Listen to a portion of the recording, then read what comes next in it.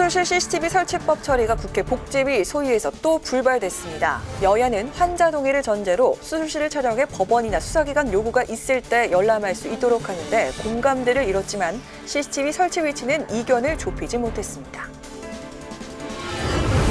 경제 분야 국회 대정부 질문에서 여야는 손실보상법 적용을 두고 공방을 벌였습니다. 김부겸 총리는 정부가 소급 적용에 반대한다는 야당의 지적에 나이트클럽 등에 몇 억씩 보상하면 국민이 납득할 수 없을 것이라고 반박했습니다. 재난지원금 지급 대상을 놓고 당정 간 이견이 계속되고 있습니다. 민주당 박완주 정책위 의장이 전국민 지급을 언급한 반면 홍남기 경제부총리는 오늘 국회에서 전국민 지급을 생각하지 않고 있다고 밝혔습니다. 정치 사회적 이슈를 분석해보는 뉴스앤 이슈. 오늘은 대선 전국을 강타한 윤석열 엑스파일 논란과 대선 경선 연기 여부를 놓고 이재명계와 비이재명계, 둘로 쪼개진 더불어민주당 갈등에 대해서 짚어봅니다.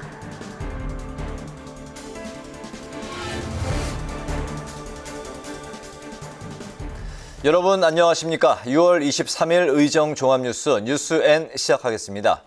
오늘은 국회 경제 분야 대정부 질문 중계방송 관계로 늦게 시작합니다. 병원 수술실에 CCTV를 의무적으로 설치하도록 하는 법안이 국회 보건복지위 법안심사소위에서 또 보류됐습니다. 설치 장소를 내부로 할지 외부로 할지 또 의무화할지가 쟁점인데 합의를 보지 못했습니다. 민주당은 의료사고와 대리수술 등을 막기 위해 6월 국회 내 법안을 처리하겠다는 입장이지만 국민의힘과 의료계 반발이 큰 상황이어서 어떤 결론이 내려질지 관심을 모으고 있습니다. 김동희 기자가 취재했습니다. 여야가 입장차를 보인 부분은 CCTV를 수술실 내부에 설치할지 여부. 여당은 수술실 외부뿐만 아니라 내부까지 CCTV를 설치해야 한다고 주장합니다. 최근에 대리수술건이 여러 건 발생했지 않습니까? 그래서 이런 일들이 자꾸 좀 늦어진다면 국민들의 이 안전, 환자의 보호가 더 자꾸 늦어지고 불행한 일이 생길 수 있다라고 하는 생각에 여당은 빨리 처리할 것을 요구했고요. 아무튼 6월에 본회의 통과를 목표로 진행하자고 제안을 했습니다. 보건복지부 실태조사에 따르면 지난해 기준 전국 병원 수술실 출입구에 CCTV가 있는 경우는 약 60.8%, 내부에 설치된 건 14%에 불과합니다. 야당은 입법 취지에는 공감한다면서도 CCTV 내부보다는 외부에, 의무 설치보다는 자율 설치를 주장했습니다. 그 촬영에 대한 재비용을 요구한 환자에게 실비로 부담하게 한다는 것이 정부 측의 생각이 아니었습니다. 그렇게 하면 이 설치한 이 실효성이 있겠는가 하는 부분들도 걱정하고 있고요. 만약에 CCTV를 설치를 하더라도 요구하지 않은 환자가 많을 거다는 생각을 해주는. 다만 수술실 CCTV의 촬영과 열람 조건에는 여야가 의견 접근을 이뤘습니다. 촬영 시 환자의 동의를 전제로 촬영하도록 해 프라이버시 침해 우려를 덜어낸 겁니다. 또 영상 열람은 의료사고 소송에 따른 법원의 요구, 수사기관의 영장에 의한 요구 등 공공기관에 한해 가능하게 하고 개인이 요구하는 건 금지하는 방향으로 논의했습니다. 또한 CCTV 설치 대상은 모든 의료기관으로 하고 해킹 가능성을 차단하기 위해 외부 네트워크와 연결되지 않은 폐쇄 회로형을 설치하기로 했습니다. 복지위는 3차례나 소위를 열었지만 CCTV 설치 위치 등을 놓고 여야 간 의견이 맞서 결론을 내지 못했습니다. 민주당은 6월 국회에서 처리한다는 방침이지만 의료계의 반발이 강한 데다 여야 간의 입장 차이가 커서 통과 여부가 주목됩니다. 국회 방송 김동희입니다. 국회가 이틀째 대정부 질문을 진행했습니다. 오늘 경제 분야 대정부 질문에서 여당은 청년에 대한 정치권의 관심과 의지가 턱없이 부족하다며 정책 강화를 촉구했고, 야당은 현재의 탈원전 정책 기조에서는 정부가 추진하는 탄소 중립 실현이 불가능하다며 정책 전환을 요구했습니다. 소상공인 소급 적용을 놓고선 여야가 공방을 주고받았습니다. 김세정 기자가 보도합니다. 여당의 첫 주자로 나선 30대 청년 정치인 장경태 의원. 당 청년위원장을 맡고 있는 장 의원은 청년들이 겪는 자산 양극화, 일자리 문제, 주거 현실을 하나하나 지적하면서 청년 지원 정책을 정부가 최우선 과제로 꼽아줄 것을 촉구했습니다. 총리님께서는 잘 키운 자식 하나 집안을 일으켜 세운다라는 말 들어보셨습니까? 예. 네, 요즘은 잘 키운 자식이 집안 기둥 안 뽑아가면 다행인 시대입니다. 과거엔 자녀의 소득이 노력하면 부모의 자산을 뛰어넘었지만 지금은 불가능합니다. 그러면서 특단의 대책으로 최저임금과 최소 6개월 이상 근로기간을 보장하는 청년 일자리 국가 책임제 도입을 주장했습니다. 이준석 돌풍에 대한 생각도 물었습니다. 이준석 현상에 대해서 잘 알고 계실 겁니다. 어떻게 생각하십니까? 기성세대의 아닐 또 저희 정치하는 사람들이 좀 그동안 책임을 다하지 못한 데 대한 청년 세대들의 무서운 경고라고 그렇게 생각합니다. 소상공인 자영업자에 대한 손실보상 소급 적용 방안에 대한 질의도 이어졌는데 김부겸 국무총리는 업소별 피해 내역 산정이 불가능하고 앞서 여러 차례 재난지원금도 지급돼 사실상 소급 적용이 어렵다며 평균적 업황을 고려한 피해 지원이 현실적인 방안이라고 밝혔습니다. 야당은 대통령 직속 2050 탄소중립위원회의 위원장을 맡고 있는 김 총리를 향해 원전 없는 탄소 중립은 구호만 있는 허구라고 비판했습니다. 정부가 가장 경쟁력 있는 저탄소 에너지원인 원전을 배제하고 있고 실질적인 추진을 위한 재정 계획조차 미흡하다는 주장입니다. P4G 회의에서 탄소 중립을 선도하겠다고 홍보해놓고 가장 기본적인 재원에 대한 대책조차 없으면 어떻게 이 일을 진행하시겠다는 것인지 구호만 있고 캠페인만 있고 계획은 없고 그런 것이 지금 현재 정부의 실정입니다. 김부겸 국무총리는 원전은 우리 에너지원의 중요한 부분을 차지하는 만큼 맹목적인 탈원전을 추진하는 게 아니라며 모든 것을 탈원전 정책 탓으로 돌리는 야당의 주장은 과도한 선동이라고 반박했습니다. 이 밖에 야당은 산업은행 주도의 인위적인 조선소 산업구조 개편은 산업 붕괴와 인력 유출로 이어질 수 있다고 비판하며 재검토를 주장했습니다. 국회방송 김세정입니다. 홍남기 경제부총리가 전국민 재난지원금을 생각하지 않는다며 더불어민주당과 다른 입장을 나타냈습니다. 홍 부총리는 추경안 규모도 여당의 35조 원대보다 적은 30조 원 초반을 언급했습니다. 한도영 기자의 보도입니다. 홍남기 경제부총리가 국회 기획재정위원회 전체 회의에서 전국민 재난지원금을 생각하고 있지 않다고 밝혔습니다. 재난지원금 선별 지원에 무게를 실으며 연일 전국민 재난지원금을 강조하는 여당과 여전히 다른 입장을 고수한 겁니다. 홍 부총리는 또 초과 세수를 활용해 추경안을 편성, 다음 달 초 국회에 제출하겠다고 밝혔는데 추경 규모로 30조 원 초반을 제시해 여당이 언급하는 35조 원대와 상당한 차이를 보였습니다. 그럼 언제쯤 지급을 목표로 하십니까, 정부에서는? 대상이 이게 조금 의견들이 다른 것 같아요. 전 국민한테 이제 보편적 지급을 하느냐, 뭐 한 70% 하고 그런 선별적 지급으로 가느냐. 7월 초에는 저희가 국회에 제출한 걸 목표로 해서 지금 작업을 하고 있다는 말씀, 검토 중에 있다는 말씀을 드리고요. 그건 뭐 제가 검토 중에 있기 때문에 지금 말씀드리기에는 좀 적절하지가 않은 것 같습니다. 네. 국민의힘은 재정 건전성을 문제 삼으며 초과 세수를 추경 재원으로 사용할 게 아니라 국가 채무 상환에 써야 한다고 비판했습니다. 홍 부총리는 초과 세수를 사용하지 않으면 시장에 긴축 효과를 가져온다고 반박했습니다. 금년에 지금 국가 채무 예상이 지금 104조 정도 지금 추경하면서 더 늘어나는 걸 돼 있죠. 예, 이 104조는 빚 아닙니까?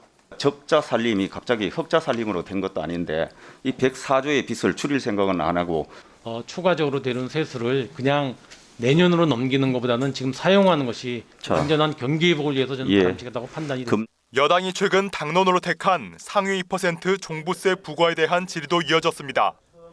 야당은 금액이 아닌 비율로 종부세 부과 기준을 정하도록 한 게 조세 부과를 반드시 법률에 의하도록 한 조세 법률주의 원칙에 어긋난다고 비판했습니다. 홍 부총리는 법에는 부과 기준을 제시하고 구체적 사항은 시행령에 위임하는 유사한 입법 사례가 이미 있었다며 조세 법률주의에 상충된다고 보지 않는다고 답했습니다. 국회 방송 한도영입니다.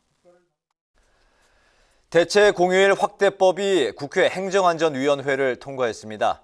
모든 공휴일에 대체 공휴일을 적용하는 내용인데 29일에 열리는 본회의에서 처리되면 주말인 올해 광복절부터 적용 가능합니다. 보도에 임채원 기자입니다.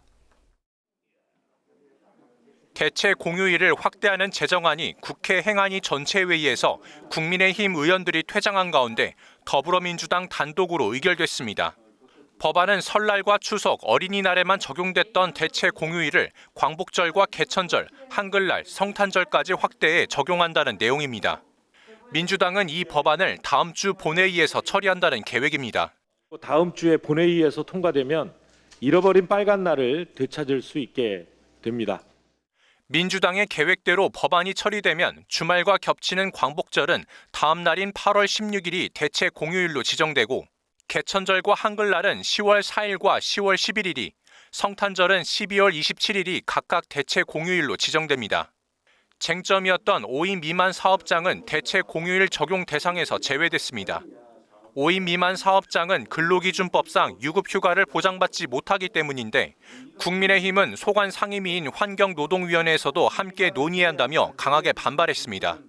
근로기준법 개정이나 정부 지원 방안 등을 충분히 검토해 5인 미만 사업장 근로자와 단기 근로자 모두 휴식권을 보장해 주자는 겁니다. 무려 230여만 명에 육박하는 분들이 이 법이 통과된다면 대체 휴가에 적용을 받지 못합니다. 물론 기본적으로도 그동안의 휴일에 대한 부분이 사실상 박탈되어 왔습니다.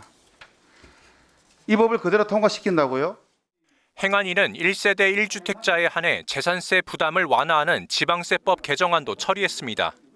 법안이 6월 본회의에서 처리되면 6억 원에서 9억 원 이하 1주택 소유자는 올해 재산세 부과분부터 특별세율 0.05%포인트를 적용받습니다. 국회 방송 임치현입니다. 더불어민주당이 갈등을 빚고 있는 대선 경선 일정 문제를 모레 다시 최고위를 열어서 최종 결정을 내리기로 했습니다. 야권에서는 윤석열 전 검찰총장의 엑스파일 논란이 계속되는 가운데 국민의힘은 공식적으로 대응할 계획이 없다고 거듭 밝혔습니다. 박지영 기자가 전합니다. 대선 흥행을 위해 경선 일정을 연기해야 한다는 주장과 원칙대로 진행해야 한다는 주장이 팽팽히 맞서고 있는 더불어민주당. 모레 다시 최고위를 열어 대선 경선 시기를 최종 결론 내리기로 했습니다. 최고위는 모레 대선 경선 기획단으로부터 현행 당원 당규대로 180일 전 후보 선출에 맞춘 일정도 보고받기로 했습니다. 송영길 대표가 일정 변경에 부정적인 가운데 민주당은 일단 경선 준비에 착수했습니다. 선관위원장은 오선의 이상민 의원이, 대선 경선 기획단 공동단장은 재선의 강훈식 의원이 각각 맡기로 하고 남은 공동단장 1명은 추후 인선할 계획입니다. 송영길 대표는 경선 시기를 둘러싼 당내 갈등이 격화되는 것을 우려하며 원팀 정신을 강조했습니다. 우리 모두가 어떻게 나더라도 원팀으로 우리 민주당이 국민의 신뢰를 얻기 같이 노력했으면 좋겠습니다. 야권에선 유력한 대선 주자인 윤석열 전 검찰총장의 엑스파일 논란이 계속되고 있습니다. 이와 관련해 국민의힘은 당내 인사도 아닌 윤 전 총장의 엑스파일과 관련해 공식적으로 대응할 계획이 없다고 거듭 밝혔습니다. 다시 한번 말씀드리지만 그러한 문건이나 자료가 저희에게 입수된다 하더라도 저희가 그걸 이첩해가지고 처리할 수 있는 공조직이 존재하지 않습니다. 국민의힘은 민주당 송영길 대표가 윤 전 총장의 엑스파일 생산지로 야당을 지목한 데 대해서도 추측을 사실처럼 여론을 호도하는 것은 구태의연한 선동 정치라고 비판했습니다. 엑스파일 의혹, 장모 재판 등 여러 악재 속에 윤 전 총장의 정치 참여 선언도 당초 알려진 27일보다는 다소 늦춰질 것으로 보입니다. 6월 말에서 7월 초 사이에서 조율 중이며 정치 참여 선언 장소 선정 등 막바지 작업을 하고 있는 것으로 알려졌습니다. 국회 방송 박지영입니다. 더불어민주당은 국민의힘을 향해 가족과 직계존비속 개인정보 동의서를 제출하고 국민권익위원회 부동산 전수조사에 제대로 임하라고 압박했습니다. 송영길 대표는 최고위원회의에서 국민의힘이 서류 제출을 하지 않아 권익위 조사가 지연되고 있다며 이준석 대표가 나서서 서류가 제대로 제출됐는지 확인해야 한다고 주장했습니다. 국민의힘 전주의 원내대변인은 불가피한 가정사로 동의를 못 받을 수 있고 필요하면 추가 서류를 제출하면 될 일이라며 민주당도 직계 좀비소까지 100% 다 동의서를 제출했는지 검증이 필요하다고 반박했습니다. 민주당은 가상화폐 거래소 등록과 인허가제 도입을 비롯해 투자자 보호 논의에 착수했습니다.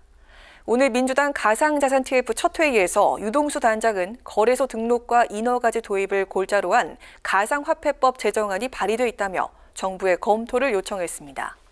또 9월까지 실명 계좌를 비롯한 요건을 갖추지 못하는 거래소는 사실상 문을 닫아야 하는데 이와 관련한 특근법이 연착륙할 수 있도록 노력하고 동시에 블록체인 산업 육성 방안도 고려하겠다고 강조했습니다. 국민의힘 사무처 노동조합은 국민의당이 합당 후 지분 확보를 위해 최근 당협위원장을 임명하면서 몸집 부풀리기를 하고 있다고 주장했습니다. 국민의힘 사무처 노동조합은 오늘 보도 자료를 내고 국민의당이 합당을 볼모로 당명 변경과 사무처 전원 고용 승계, 채무 변제 등 과도한 요구를 하고 있다며 철회를 주장했습니다. 국민의당 측 합당 실무 협상단장을 맡고 있는 권은희 원내대표는 고용 승계나 채무 변제를 요구한 적이 없고 당협위원장 임명은 정당한 정당 활동인데도 일방적인 비하 행태의 유감이라고 밝혔습니다.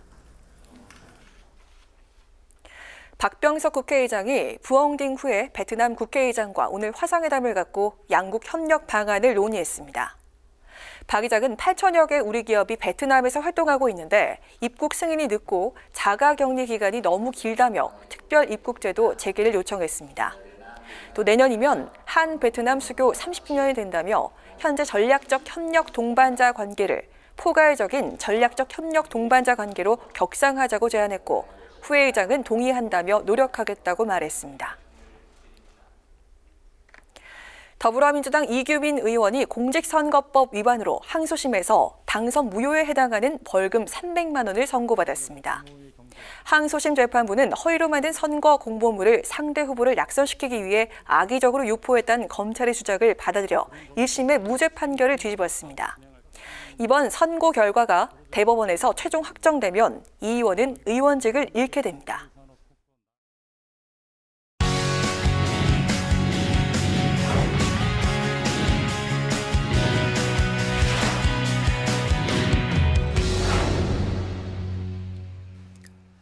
네, 오늘 이슈 분석 강민지 기자와 함께합니다. 강 기자, 어서 오십시오. 네. 오늘 추미애 전 장관이 대선 출마를 이제 공식 선언했는데 현장 분위기 어땠습니까? 네, 말씀하신 것처럼 추 장관 오늘 오후 파주 헤이리 예술마을에서 대선 출사표를 던졌습니다. 온라인으로 생중계가 됐는데요. 파주 헤이리를 대선 출마 장소로 고른 건 한반도 평화의 불씨를 되살리는 통일 대통령이 되겠다는 뜻을 강조하기 위해서입니다. 추 전 장관은 사람이 높은 세상을 슬로건으로 내세우기도 했는데요. 고 노무현 전 대통령의 사람 사는 세상, 문재인 대통령의 사람이 먼저다가 떠오르는 대목입니다. 민주당의 적통을 자임하면서 당내 친노 친문 세력을 모두 끌어안으려는 의도로 풀이가 됩니다. 또 특히 민주당은 촛불 정신으로 돌아와야 한다면서 검찰개혁의 완수를 강조하기도 했는데 현장 직접 다녀오시죠. 촛불 이야기 그만하자 하는 분들도 계십니다. 입에 담기를 꺼려 하시는 정치인들도 있습니다. 그러나 저 추미애는 그렇게 할 수 없습니다. 저는 그 광장에서의 약속을 지키고 촛불 개혁을 완수해야 한다는 사명감을 간직해왔습니다. 네. 추미애 전 장관이 윤석열 전 총장을 잡겠다면서 이제 출마 선언을 예고했는데 선언을 한 거죠. 앞으로 행보는 어떻게 관측이 됩니까? 네, 추 전 장관 자신의 꽝 잡는 매라고 칭하면서 윤석열 저격수를 자임하고 있습니다. 오늘 현장에서도 윤석열 전 총장을 향한 발언이 나왔는데요. 직접 들어보시죠. 네. 나라의 기강을 흔들며 공적 권한을 사익추구의 수단으로 삼으려는 자들은 정의와 공정, 법치의 이름으로 단죄하겠습니다. 또 윤석열 엑스파일에 대해서도 의견을 밝혔는데요. 엑스파일을 보지는 않았지만 볼 필요도 없다 이렇게 강하게 얘기를 하면서 여권에서 공작으로 일부러 만든 것처럼 얘기를 하지만 윤 전 총장 스스로가 문제가 많았었다 이렇게 지적을 했습니다. 이미 스스로 만들었거나 또는 덮었거나 하는 정말 문제적 총장이었다는 겁니다. 앞서 추 전 장관은 본격적으로 앞으로 윤 전 총장의 대결 구도를 이처럼 더 띄울 것으로 보입니다. 네. 추 전 장관의 이제 출마 선언으로 이제 이른바 여권의 이제 빅3로 불렸던 이 구도에 변화가 있을 거라는 이제 관측이 나오고 있는데요. 이게 어떻게 보십니까? 네, 그동안 이낙연 전 의원, 이재명 경기지사, 그리고 정세균 국무총리까지 빅3가 이렇게 많이 거론이 되어 왔는데요. 추 전 장관이 깜짝 반등을 했습니다. 대선 출마를 공식화한 이후 범여권 대선 후보 적합도 조사에서 전 전 총리의 지지율보다 높게 나왔다는 여론조사 결과가 발표가 된 겁니다. P&R 리서치가 머니투데이 의뢰로 한 여론조사에서 추 전 장관이 3위를 기록했습니다. 추 전 장관이 법무부 장관 시절 공수처 등 검찰 개혁을 지휘해왔고요. 또 윤석열 전 검찰총장과 대립각을 세워오면서 친문 지지층으로부터 많은 지지를 받아왔습니다. 뚜렷한 친문 지지자가 별로 없는 이 상황에서 그 여권의 강성 지지층 표가 다소 쏠린 것으로 풀이가 됩니다. 향후 추 전 장관이 본격적으로 움직이면 지지율이 더 움직일 가능성도 제기가 됩니다. 대구 출신인 추 전 장관, 여성으로 처음 서울 지역구 5선을 했고요. 또 당대표와 법무부 장관을 지낸 중량감을 가지고 있습니다. 더불어 윤석열 전 총장이 본격 등판을 하면 추 전 장관 역시 그 반사이익을 받을 가능성이 있기 때문입니다. 네. 그런가 하면 이제 민주당 일각에서는 추 전 장관의 출마에 대해서 이제 우려하는 시선도 있다고 하는데 왜 그런 건가요? 네, 이 중도 확장성에 문제가 있을 수 있다는 우려 때문입니다. 추 전 장관의 이처럼 친문 지지층 선호도가 높습니다.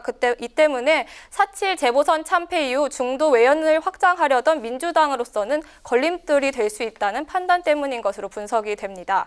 또 다른 대선 후보인 이광재 의원도 그 우려를 나타냈는데요. 직접 들어보시죠. 많은 분들이 우려하고 있죠. 예. 그러나 또 추미애 장관님이 출마하시는 거를 그걸 누가 막을 수 있겠습니까? 더불어서 추윤 갈등이 윤 전 총장의 몸값을 올렸다는 평가가 나오면서 이번에도 또 윤 전 총장의 존재감을 부각시키는 거 아니냐는 우려가 제기가 되는 겁니다. 이 때문에 민주당 원로인 유인태 전 국회 사무총장도 추 전 장관의 이 지지도가 민주당의 아킬레스건이라고 생각을 한다면서 부정적인 시각을 나타내기도 했습니다. 네. 그런가 하면 이제 그 야권도 한번 살펴보면 윤석열 그 전 총장의 엑스파일 여파가 계속되면서 야권의 대선 구도가 이제 요동치고 있는 이제 모양새인데 유승민 전 의원 지지율이 이제 두 자릿수를 기록하면서 2위까지 깜짝 반등을 했네요. 네, 윤석열 전 총장이 부동의 1위를 지키고는 있습니다. 하지만 이 캠프 대변인 사퇴 그리고 계속 논란이 되는 엑스파일 논란이 계속 이어지면서요. 그 후발 주자들도 치고 나서는 모양새입니다. 네. 당장 유승민 전 의원이 지지율에서 변화가 감지가 되는데요. 어제 JTBC가 리얼미터 의뢰로 조사한 결과에 따르면 야권 대권 주자 적합도에서 윤 전 총장에 이어 2위를 차지한 겁니다.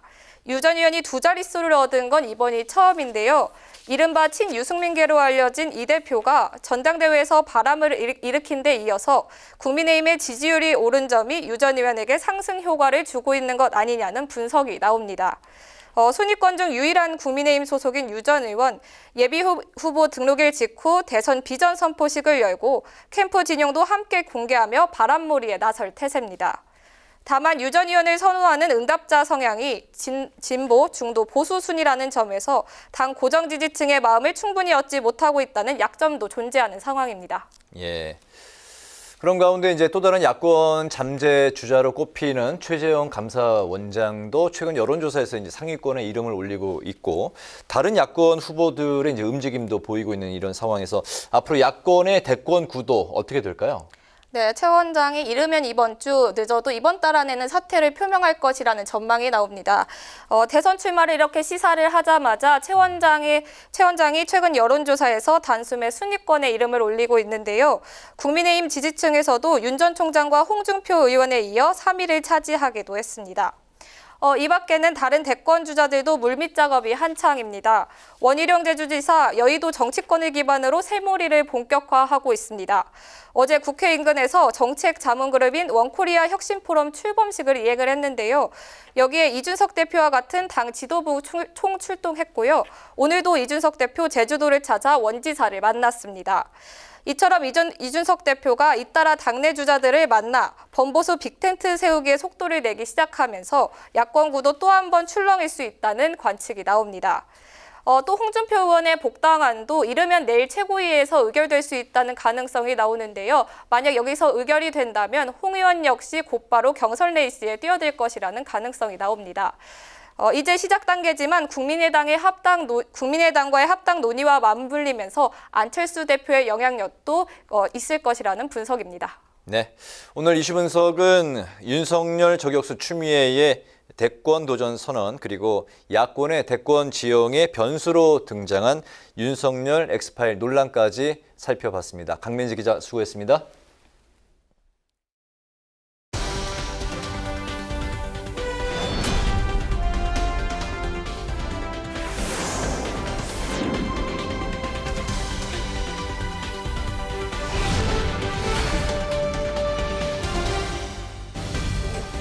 강하락의 정치톡 시간입니다. 6월 23일 시선을 집중시킨 정치 뉴스 만나보시죠.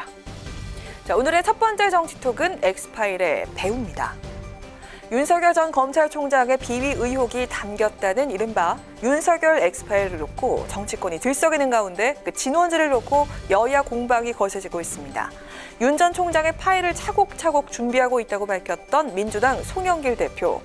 윤석열 엑스파일 작성 주체로 야당을 거론하면서 한 사람을 콕 지목했는데요. 그 사람은 과연 누구였을까요? 그동안 검찰총장 인사 검증 과정에서 야당 내부에서 여러 가지 자료를 정리했을 걸로 추측이 됩니다. 아마 홍준표 후보께서 가장 정확히 잘 알고 있을 것이다. 검찰의 후배고 지난 여름에 무엇을 한지 다 알고 있는 분이 홍준표 후보이기 때문에. 송영길 대표, 홍준표 의원이 엑스파일에 대해서 가장 정확히 알고 있을 것이라고 말했습니다.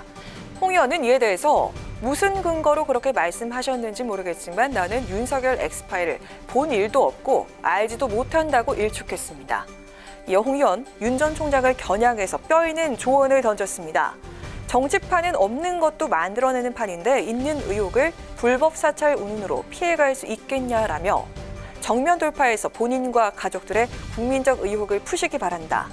옛날과 달리 지금은 유리할 속 세상이라고 꼬집었습니다. 한편 윤석열 엑스파일과 관련해서 황교안 전 대표의 배우설 역시 제기되고 있습니다. 공안통 검사 출신인 황 전 대표가 특수통 출신인 윤 전 총장을 견제하면서 차기 대선 주자로서의 지위 회복을 위한 반격이라는 추측도 나오고 있습니다. 말할 가치도 없는 얘기입니다.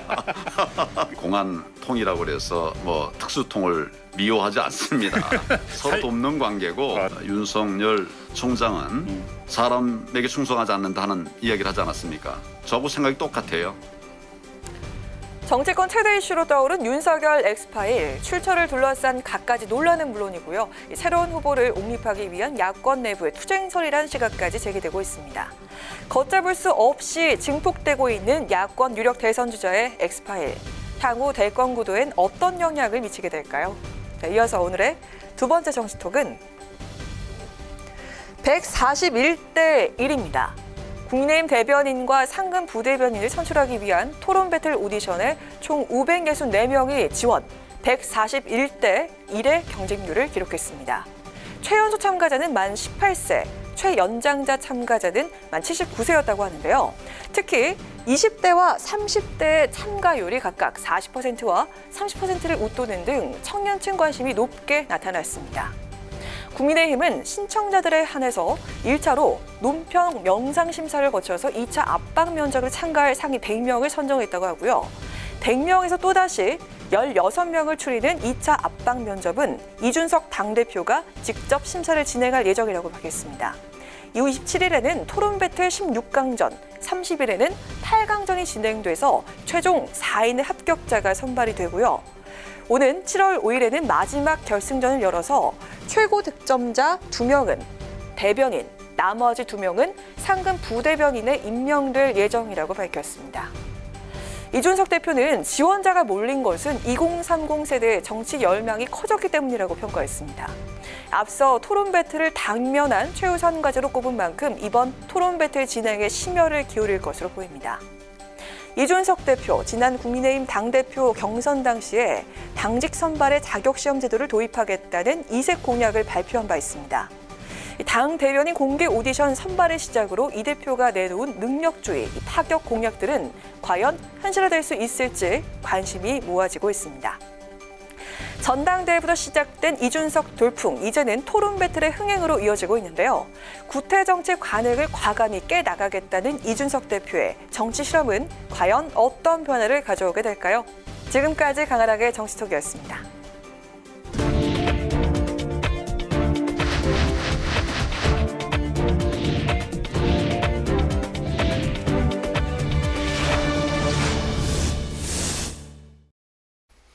네, 이번 순서는 정치의 사회적 이슈를 분석해보는 뉴스앤 이슈입니다. 매주 수요일 저희와 함께 하시는 두 분, 최진봉 교수, 장성철 소장 두 분 나오셨습니다. 어서 오십시오. 어서 오세요. 네. 먼저 지난 주말부터 오늘까지 아마 대한민국에서 가장 지금 핫하고 바쁘신 분이 아닐까 싶은데요. 아마 최진봉 교수님이 장성철 소장께 이렇게 말씀하실 것 같아요. 예. 왜 그랬어? 이러신 것 같습니다. 성대모사 하신 건가요? 네. 정말 뜨거운 한 주를 이제 보내셨는데 방송도 굉장히 많이 출연을 하셔서 비슷한 얘기도 이제 많이 하셨고 오늘도 또 이제 그런 이야기를 또 하실 것 같은데요. 먼저 받으신 문건 많이 이제 질문을 또 이제 받으셨겠지만 이제라도 속 시원하게 공개하실 의향은 없으신가요? 그럴까요? 그냥 속 시원하게 공개하고 감옥 갈까요, 그냥? 이게 자칫 잘못하면 허위사실 유포, 그다음 명예훼손, 그리고 공직선거법 위반이 될 수가 있어요. 지금 현재 우리나라에서 가장 높은 지지율을 기록하고 있는 대선 후보와 관련된 일이잖아요. 이것은 상당히 좀 조심스럽게 접근할 필요가 있다라는 생각이 들고요. 제가 처음부터 이 문건을 공개하겠다라는 생각도 전혀 없었고, 페북에는 윤석열 총장이 원하면 주고 나는 파기를 하겠다라고 이제 말씀을 드렸습니다. 그래서 제가 오늘 이제 이 방송을 끝나고 가면은 집에 가서 그 문건을 파기할 생각입니다. 아직은 파쇄는 안 하신 거군요. 예, 집에 있기 때문에 파쇄는 안 했고요. 제가 자꾸 그걸 갖고 있으면 많은 분들이 달라, 보여달라. 최진봉 교수님도 나만 살짝 보여줘. 막 이런 식으로도 하시고 또 어떤 분은요. 얼마 주면은 주겠냐. 그래서 자기네가 보도를 좀 하겠다. 이런 분들도 계셨어요. 그래서 제가 갖고 있는 것은 상당히 부적절할 것 같다라는 생각에 파쇄하겠습니다. 근데 윤석열 전 총장 측에서 이제 어제 정치 공작하지 말고, 물론 이제 파일 작성자를 향해서 한 말인데, 정치 공작하지 말고 내용 근거 출처를 이제 공개하라고 이제 공식 이제 성명서가 나왔어요. 그러면은 지금 공개할 경우에 장 소장님께서 공개하실 경우에 그래도 법적으로 문제가 되는 건가요? 유포잖아요, 유포. 유포가 되기 때문에 상당히 문제가 되는 거고요. 저는 정치 공작이라는 표현에는 동의를 하기가 어려워요. 만약 제가 그냥 평론가였다면 맞아요, 정치 공작이야 그럴 텐데, 제가 국회에서 막 이런 문건도 많이 만들어 봤고요. 많이 받아보기도 했고, 선거 때가 되면은요, 상대 후보를 어떻게 공격할까 연구를 해서 그런 문건을 만들어 가지고 서로 돌려보고 공격 포인트를 찾아요. 그런 문건이기 때문에 이거는 정치 공작이다라고 하는 거는 무리가 있어요. 왜냐하면 윤석열 후보 측에서는 다른 상대 후보에 대한 이런 검증 관련된 문건을 안 만들겠습니까? 그럼 그것도 정치 공작입니까? 첫 번째가 그게 문제고, 두 번째는 저를 이용해서 민주당에서 뭔가를 해보려고 했다라는 것으로 정치 공작 프레임을 갖고 가는데, 제가 문건과 관련된 안에 있는 내용을 얘기를 안 했잖아요. 공개도 안 했습니다. 그리고 예를 들면은 최진봉 교수님한테 드려가지고 저기 이거 보시고 좀 논평 좀 하시고 얘기 좀 하세요. 어떤 기자한테 줘가지고 이거 보도에 참고하세요. 이러지 않았잖아요. 그렇기 때문에 이거를 정치 공작 프레임으로 몰고 가는 것은 그것도 또한 문제가 있다라고 말씀드려요. 네, 내용도 내용이지만요. 지금 누가 어디서 어떻게 왜 만들었나 이 부분에 시선이 쏠리고 있는데, 문제는 여야가 문건 출처를 두고 그야말로 폭탄 돌리기를 하고 있다는 겁니다. 최 교수님, 이유가 뭐라고 보십니까? 일단 저는 이렇게 생각해요. 야당 입장에서는 윤석열 전 총장을 보호해야 되는 상황이잖아요. 그런 상황이다 보니까 이게 정치 공작이다, 이렇게 이제 프레임을 몰고 가려고 하는 거죠. 근데 저는 장 소장 말에 100% 동의해요. 이게요, 어느 진영이든요, 상대 후보에 대한 검증을 위해서 필요한 정보들을 쭉 모읍니다. 그리고요, 캠프에 있는 분들한테 여러 가지 제보들이 와요. 그분이 이렇다더라, 예전에 어떤 일이 있었다더라. 그거 모아가지고 이제 대선에 딱 돌입이 하면, 후보가 딱 정해지면 후보를 이제 검증하고 공격하기 위한 수단을 활용하거든요. 그리고 한 가지 버전만 있는 게 아니에요. 장소장 잘 아시겠지만, 장소장이 갖고 있는 그 버전도 있을 수 있지만요, 다른 버전도 충분히 있을 수 있어요. 그러니까 여당도 만들고 야당도 만들어요. 그러니까 이거는요, 이게 야당 입장에서는 이걸 자꾸 정치 프레임화해서 마치 이제 윤석열 전 총장이 탄압받는 듯한 느낌을 받게 만드는, 그러면서 장소장까지 같이 공격을 하는 거잖아요. 근데 장 소장은 제가 개인적으로 전화했어요. 물론 저는 보여달라고 한 적은 없고 입수 경로를 물어봤더니 얘기를 안 해주더라고요. 그러면 저한테 했던 말이 있어요. 교수님, 이거는 충정으로 보셔야 된다. 그러니까 야권의 대선 승리라고 하는 큰 그림에서 본인이 지금 이런 얘기를 하는 것이지 개인적으로 어떤 이익이나 아니면 누군가를 뭐 싫어하고 이런 개념이 아니라고 저한테 얘기를 하더라고요. 그 얘기는 지금 안 하는데 어쨌든 저한테 그렇게 얘기했어요. 그러니까 그런 점에서 접근해서 봐야 되는데 야당 입장에서는 이걸 정치 프레임하고 정치 공작화해서 마치 아무것도 없는 일을 가지고 공격하면서 어떤 그 윤석열 총장에 대한 탄압이다 이런 이미지를 끌고 가려고 하는 거예요. 그러면 이 내용에 관계없이 이 내용에 대해서 상당히 부정적 이미지가 쓰여지는 거잖아요. 근데 여권 입장에서는 그런 의미가 아니잖아요. 검증을 하자는 거다. 그리고 정말 장 소장이 생각하는 것처럼 진짜로 이게 문제가 돼서 윤 전 총장이 실제 대선에 출마했을 때 검증 과정에서 낙마할 수 있는 위험성이 있다면 그럼 플랜 B를 만들어야 되는 거 아닙니까? 그렇게 손 놓고 있다가 나중에 정말로 문제가 돼서 윤 전 총장이 출마할 수 없는 상황까지 오게 되면 그때는 어떻게 하겠냐는 거죠. 저는 장 소장이 그런 행동을 했던 것이 그런 발로라고 저는 생각하고 믿고 있고요. 그래서 여당은 어쨌든 이 문제가 윤 전 총장의 어떤 검증을 좀 더 정확하고 분명하게 해야 된다는 논리로 접근하는 것이고 야당은 이거 정치 탄압화해서 결국 윤 전 총장을 보호하려는 입장을 갖고 있지 않는가 이렇게 보여집니다. 네. 또 윤 전 총장이 불법 사찰 책임져라 이렇게 말을 했는데 일단 문건을 직접 보셨잖아요. 네. 이 부분에 대해서 또 어떻게 보십니까? 불법 사찰이라고 보기는 어려워요. 그러니까 윤석열 총장 측에서는 이걸 불법 사찰이라는 프레임의 그 대응 방안으로 이걸 생각하는 것 같은데 그 문건을 보면은요, 예를 들면 미행을 했다거나 아니면 계좌를 추적했다거나 아니면 도청을 했다거나 이런 것은 전혀 없어요. 여태까지 뭐 언론상에서 인터넷상에서 많이 돌아다니던 얘기를 조금 자세하게 조금 더 정교하게 총정리를 해놨다라고 말씀드립니다. 저가 야권 성향 사람이기 때문에 이런 문건 만약 정부 기관에서 만들었으면 불법 사찰 아니야 라고 주장하는 게 맞겠는데 제가 도저히 양심상 그렇게 주장을 못 하겠어요. 왜냐하면 작년에 한창 판사 사찰 문건이 논란이 있었잖아요. 저는 그때 뭐라고 했냐면 이 정도 수준이 어떻게 불법 사찰이냐라고 전 말씀을 드렸습니다. 네. 그것도 다 인터넷상에서 얻을 수 있는 정보였거든요. 그런 동일한 잣대로 보면 이것은 불법 사찰이라고 보기에는 상당한 무리가 있다. 근데 하나 문제는 어느 기관에서 만들었느냐는 문제가 될 수 있다. 예를 들면 우리 판사 사찰 문건이라고 한 것도 검찰에서 만들었기 때문에 그것이 좀 논란이 됐었잖아요. 이것이 만약 국가기관에서 만들었다면 그런 논란을 피할 수는 없겠지만 저는 불법 사찰은 아닌 것 같다라고 말씀드릴 수밖에 없습니다. 알겠습니다. 그 신지호 전 한나라당 의원이 이제 한 칼럼에서 검사 윤석열 파일은 왜 야권에서 등장을 했을까 이런 이제 제목으로 칼럼을 썼던 적이 있는데 혹시 보셨나요? 못 봤어요. 그런 칼럼이 이제 있었는데 근데 그렇다면 이 칼럼 제목으로 봐서는 이 파일이 야권에서 등장한 걸로 아마 판단을 한 것 같은데 근데 여러 그 방송 인터뷰하신 걸 제가 봤는데 장 소장께서는 발원지를 여권 쪽으로 언급을 하셨잖아요.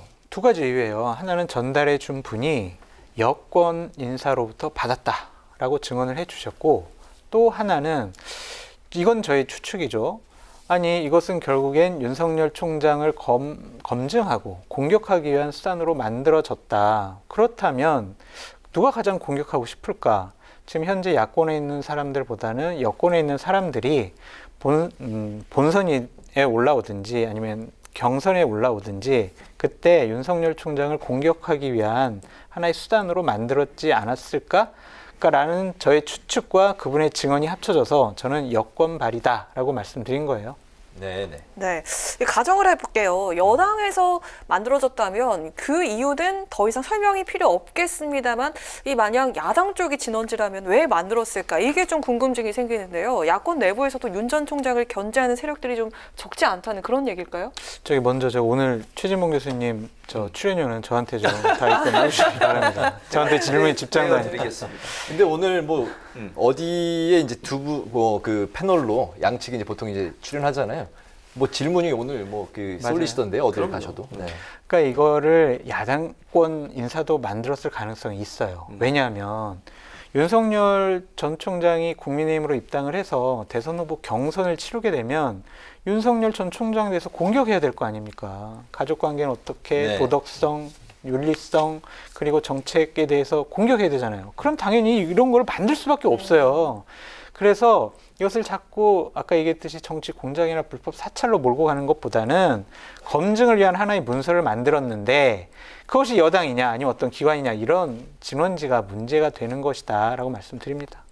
윤 전 총장을 견제하는 야권에서 만들었을 그런 시나리오는 가정해 볼 수 있지 않느냐 뭐 그런 질문인 저는 거예요. 가정해 볼 수 있다고 봐요. 물론 이제 장 소장이 갖고 있는 그 엑스파일이 그거냐라고는 제가 단정적으로 말씀드릴 수 없지만 제가 아까도 말씀드렸지만 여당이든 야당이든 경선 과정에서도 상대 후보를 견제하기 위해서 상당히 많은 의혹들을 제기를 합니다. 그리고 경선이 그 격화되면 격화될수록요 정말 신상털기 비슷하게 그렇게 가는 경우들 많이 있었어요. 지금 전례도 그랬고요.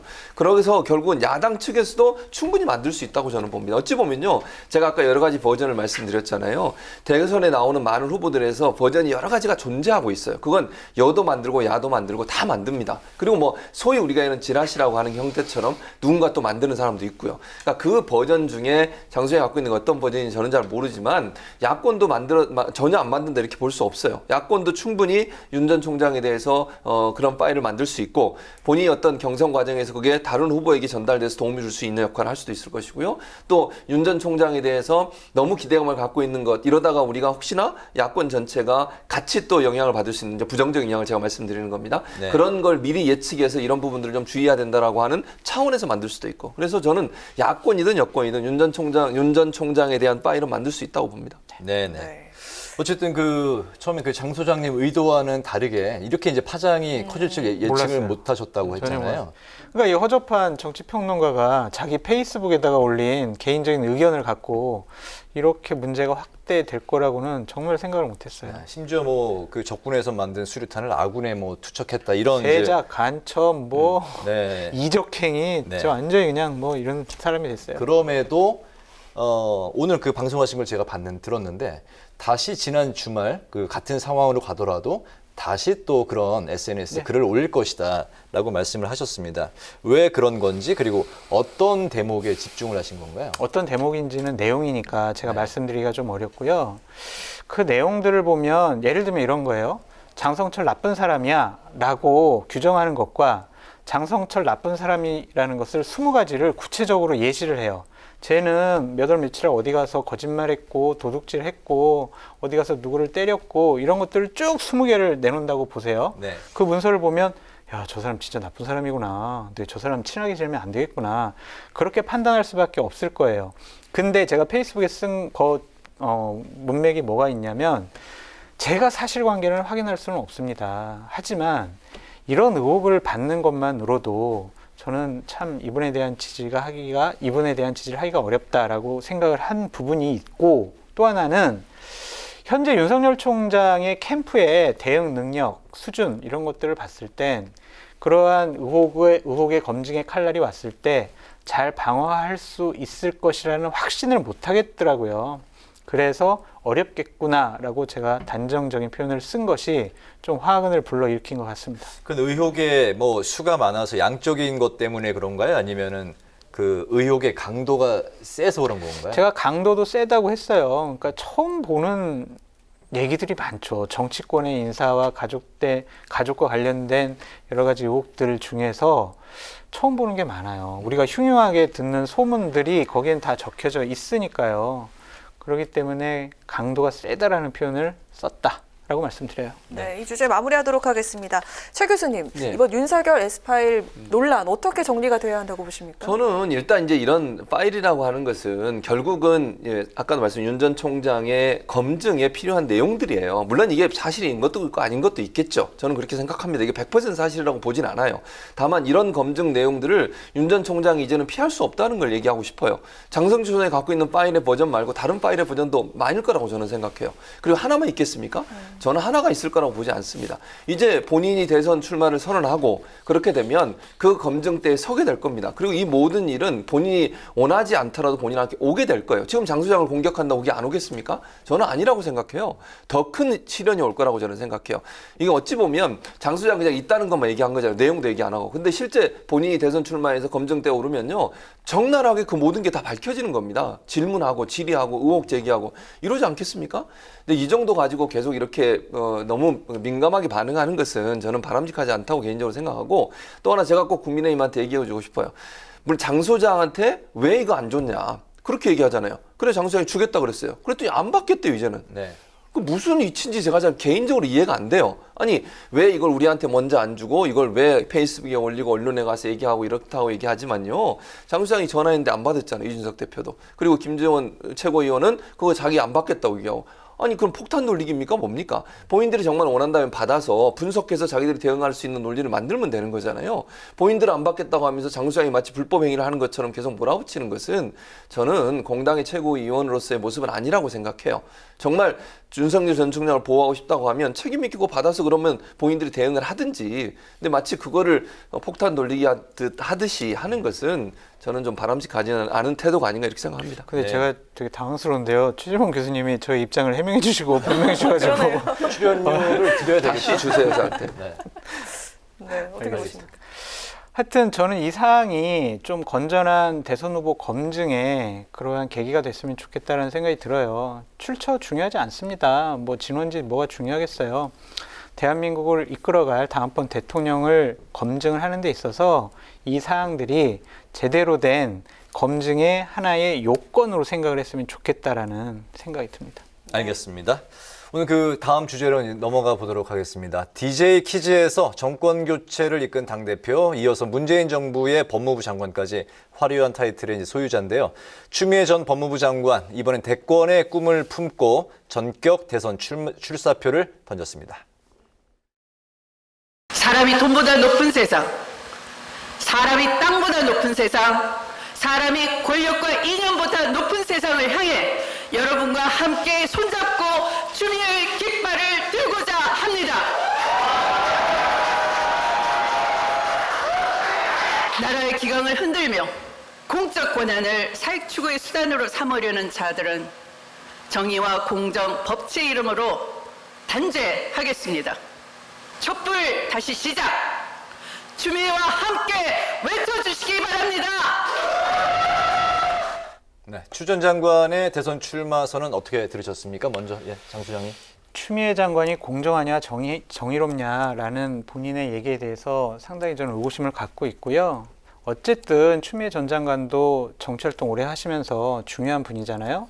국민들에게 제대로 된 평가를 받으셔서 꼭 대선 후보가 되셨으면 좋겠다라는 생각이 듭니다. 네. 역설적인 표현으로 들려요, 저한테는. 장 소장이 저렇게 얘기하는 거. 그게 제가 본인한테 표현하면 안 돼. 야당이 유리한 판이 될 거라 이렇게 생각하시는 것 같은데, 저는 좀, 물론 아쉬움도 있고 이렇습니다. 사실 개인적인 제 생각입니다만, 그러나 이제 본인이 출마하기로 하셨고, 출마하겠다고 하니 그걸 막을 수 있는 상황은 아니라고 봐요. 저는 이게, 위험과 기회가 두 가지가 함께 공존한다고 생각해요. 여당 입장에서는. 네. 그러니까 제가 위험이라고 표현한 부분은 이제 이렇게 되면 중도층에서 윤석열 전 총장의 어떤 핍박 그런 이미지가 더 강조될 수 있는 위험성은 있습니다. 분명히 추미애 전 장관이 등장하시면서.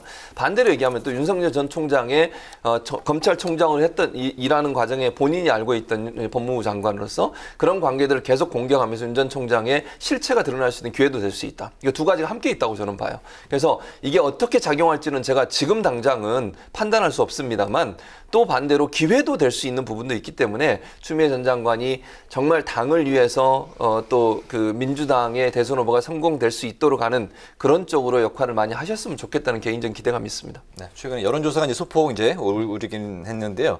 여기서 이제 그 강 앵커 때문에 생긴 OX 질문 들어가겠습니다. 네. 꽁 잡는 매 추 전 장관의 출마 오히려 여권에 독이 돼서 윤 전 장관의 몸집을 불릴 것이다. OX로 들어주시면 되겠습니다. 자, 하나, 둘, 셋. OX. 윤 전 장관의 몸집을 불릴 것이다. 그렇지 않단데요. 예, 왜 그러신지. 그냥 객관적으로 생각해 봐요. 재작년에 추미애 장관과 윤석열 전 총장이 부딪혔을 때 누구 인기가 올라갔습니까? 윤 전 총장과 야당의 인기가 올라갔거든요. 바로 그러한 것이 또 반복될 수밖에 없다라고 말씀드려요. 네. 네. 제가 아까 말씀드렸잖아요. 그런 부분도 분명히 있어요. 없다고 제가 부인하지 않습니다. 다만 아까 말씀드린 것처럼 법무부 장관 검찰총장으로 근무하면서 얘기하지 못했던 여러 요소들이 또 드러날 수 있고, 혹시나 윤 전 총장이 여러 가지 비리나 문제 때문에, 이건 제 추측이고 예상입니다. 지금 제가 그렇게 단정적으로 절대로 얘기하는 게 아니란 거. 그렇게 됐을 때는 추 전 장관이 몰아붙여서 윤 전 총장에게 상당히 타격을 입힐 가능성도 있다. 그런 점에서 저는 꼭 그게 어려움을 줄 요소로만 작용하지 않을 거라고 말씀을 드리는 겁니다. 알겠습니다. 네, 하나 더 들어볼까요? 자, 민주당 경선 연기 결론은 아직도 못 냈습니다. 여당의 경선 일정에 따라서 대선 레이스 흥행이 좌우될 것이다. 뭐 결과가 아니라 흥행 여부입니다. O 아니면 X. 하나, 둘, 셋. 두 분 다 X를 들어주셨는데요. 먼저 최 교수님부터 들어볼까요? 저는 원칙을 지켜야 한다고 생각해요. 이게 경선을 2달 연기한다고 해서 이게 흥행이 될 거다. 그렇게 보지 않습니다. 두 가지 이유를 이렇게 주장하시는 분들이 하고 있거든요. 하나는 코로나 얘기를 해요. 근데 코로나 상황에서 국민의힘이 경선 흥행이 안 됐습니까? 더 잘 됐습니다.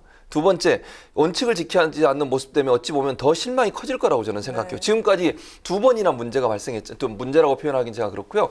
2번이나 말을 바꾼 적이 있어요, 민주당이. 첫 번째는 그 비례정당 안 만들기로 했다가 만들었잖아요, 총선 때. 그리고 나서 두 번째는 잘 아시는 것처럼 4.7 재보궐선거에서 후보 안 내기로 했었는데 원래 당헌 당규에는 그거 바꿔가지고 냈습니다. 그래서 실패했잖아요. 또 합니까?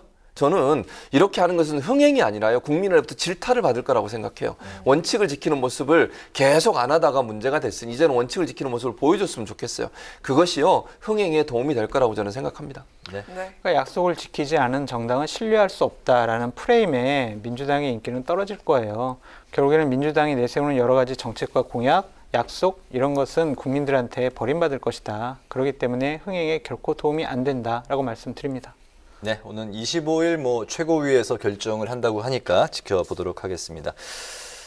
오늘 그 토론은 윤석열 엑스파일 논란 그리고 대선 경선 연기 여부로 갈등을 빚고 있는 민주당 상황을 중심으로 살펴봤습니다.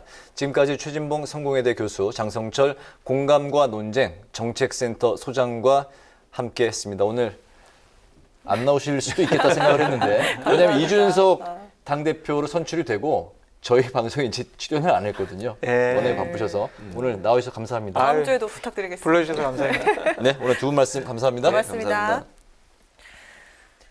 네, 요즘 소나기 소식이 잦은데요. 내일도 전국에 구름이 많은 가운데 또다시 약한 소나기 소식이 있습니다. 내일 아침 기온은 서울 19도, 부산 18도로 오늘과 비슷하겠고요. 낮 기온 서울 27도, 부산 25도 등으로 오늘과 비슷하거나 조금 높겠습니다. 오늘 뉴스에는 여기서 마치겠습니다. 국민의 국회를 위해서 내일도 뉴스N이 함께 하겠습니다. 시청해주신 여러분 고맙습니다.